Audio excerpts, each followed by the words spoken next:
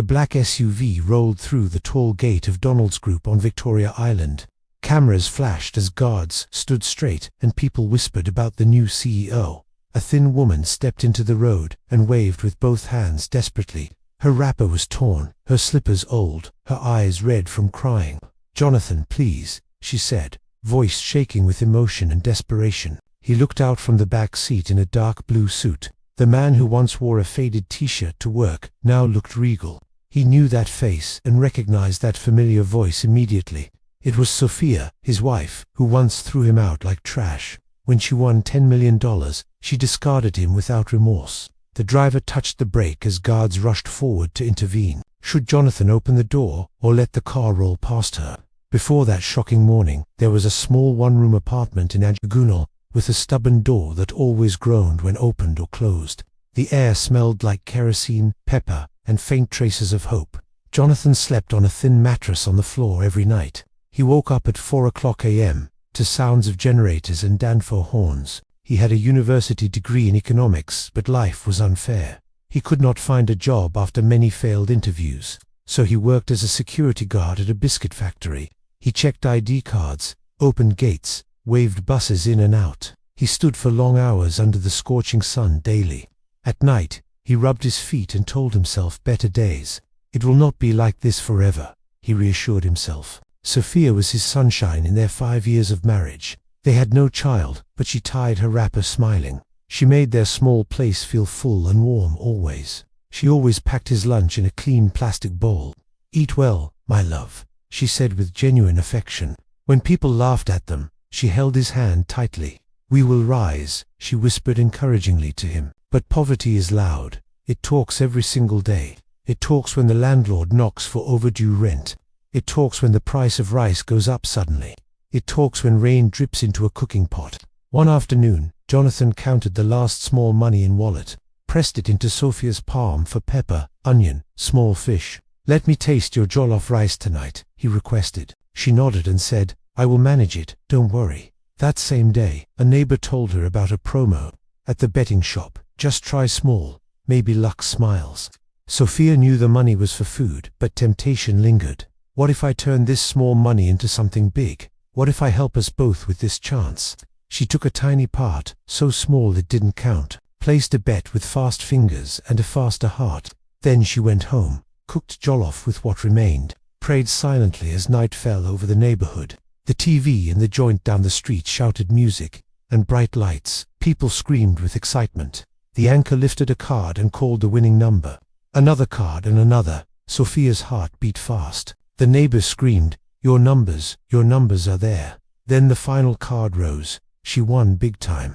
Not small money, not even $1 million. $10 million. Her legs shook with overwhelming shock. Her palms turned cold as people jumped around her. Someone filmed it. In seconds, her face on phones. The betting company posted it online for all. The clip ran on the evening news broadcast. A camera caught her hugging strangers, crying, laughing, asking if she was dreaming this incredible moment. At the biscuit factory gate, Johnathan checked a truck. When the staff canteen TV blasted breaking news, "Lagos woman wins $10 million. The screen showed Sophia, his wife, his joy, his life on display. The announcer said her name. Workers shouted excitedly. Someone clapped Johnathan on the back in congratulations. "Your wife," a driver yelled. "You are rich now." Johnathan dropped the gate chain and ran immediately. He ran past stalls, past buses, chest burning, his mind full of light and joyful anticipation. He turned into their street, then stopped abruptly. 2 shiny cars parked outside their compound gate. Men in suits stood near the door waiting. The landlord, who never greeted him, wore a wide smile. Neighbors crowded around like it was a festival. Sophia came out in a new gown and heels that clicked on the floor like a new song. She did not hug him or rush into arms, threw it at his feet with cold disdain. "Johnathan," she said, loud and clear to everyone. "We are not on the same level anymore," she declared. The crowd gasped as the world shook around him. The bag hit the ground and burst open. His shirts fell into the dust. Belt rolled. "To the gutter, Sophia," he whispered in shock. "What are you doing?" Johnathan asked desperately. She lifted her chin with newfound arrogance. "I bought this house today," she announced proudly. "I will bring it down next week and build My dream home here. You are bad luck. You are my past. My new life cannot carry you. His knees gave way. He knelt on dirty floor. Clutching the torn bag, his hands shook uncontrollably. Sophia, remember our vows, he pleaded brokenly. She looked away. Those vows were for poor dreams. I am big now, she said dismissively. Please, he said, voice breaking with emotion. We are one. We were hungry together. She pointed at the street. Out, she commanded. You are my wife, he protested weakly. I was your wife, she snapped harshly. Pushed him toward the gate. Leave, she ordered. The door slammed. The sound rang like bell. It was the sound of something breaking forever. Maybe a heart, maybe a home entirely. Rain began to fall as crowd drifted inside. The landlord locked the gate behind him firmly. Johnathan picked up his things in the rain, then stood there alone, soaked and heartbroken, watching water wash the dust from old shoes. Night painted the city dark and unforgiving. Johnathan walked to the bus stop with bag, dragging like a stone. He could go to friend, he could sleep at the church or factory, but his feet turned toward Ikoyi instead, toward a high white fence not seen in years. His father's house, Chief Donald Chukwima's residence, the man who built Donald's group from small desk and big dream, a strict father, loud name, a man who said long ago, Sophia worries me, a man Johnathan ran from when love felt bigger.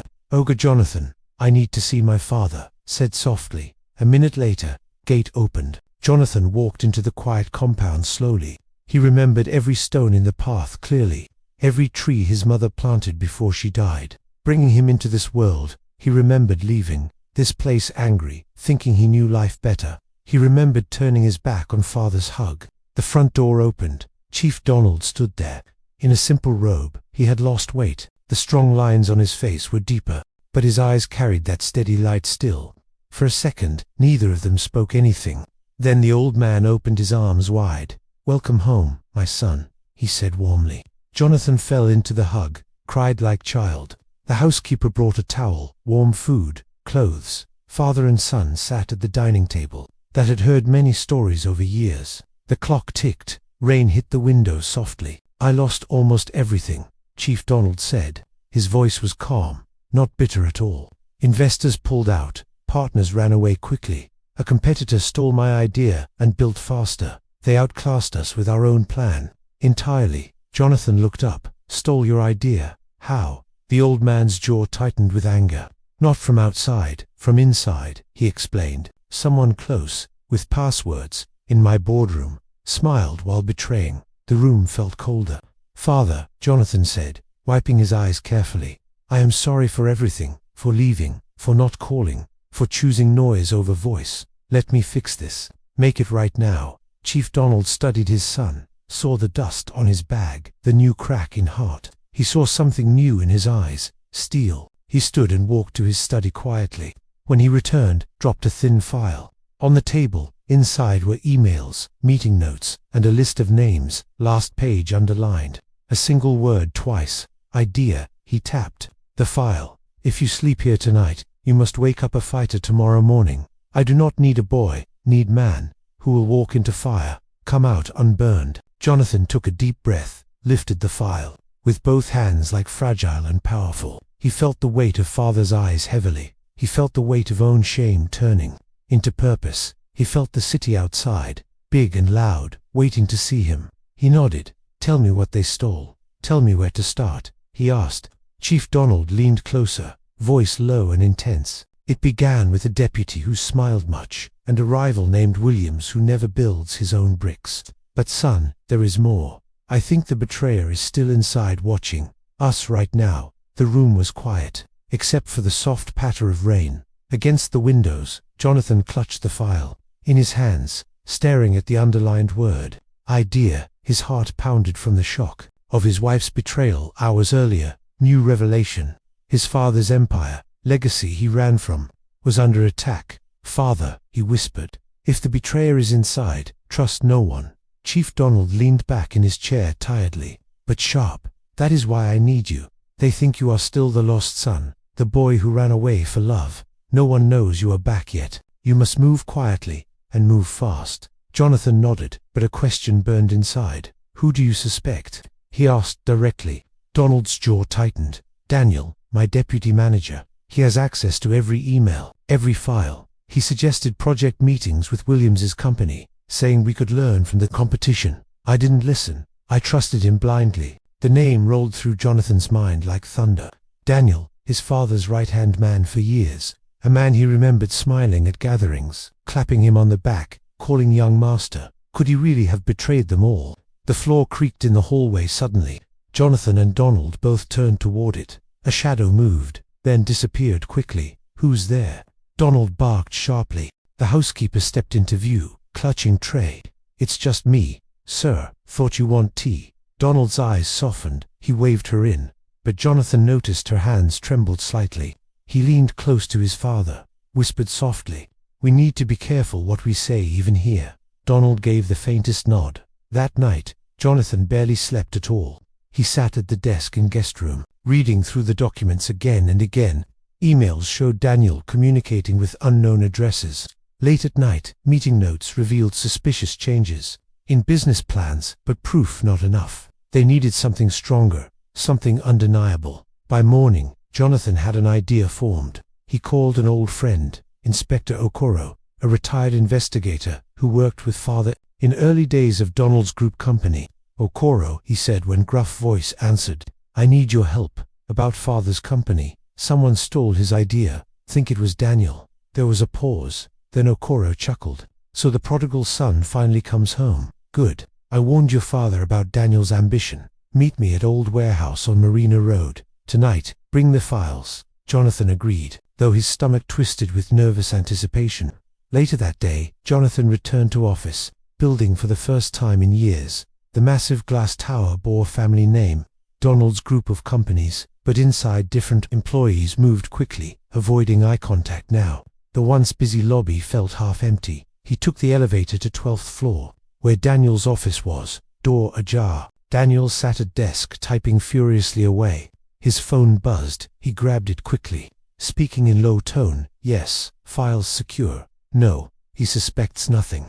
Williams has presentation. By Friday, this will finish Donald forever." Johnathan's blood ran cold at the words. It was the proof he needed desperately. But if Daniel saw him, game over.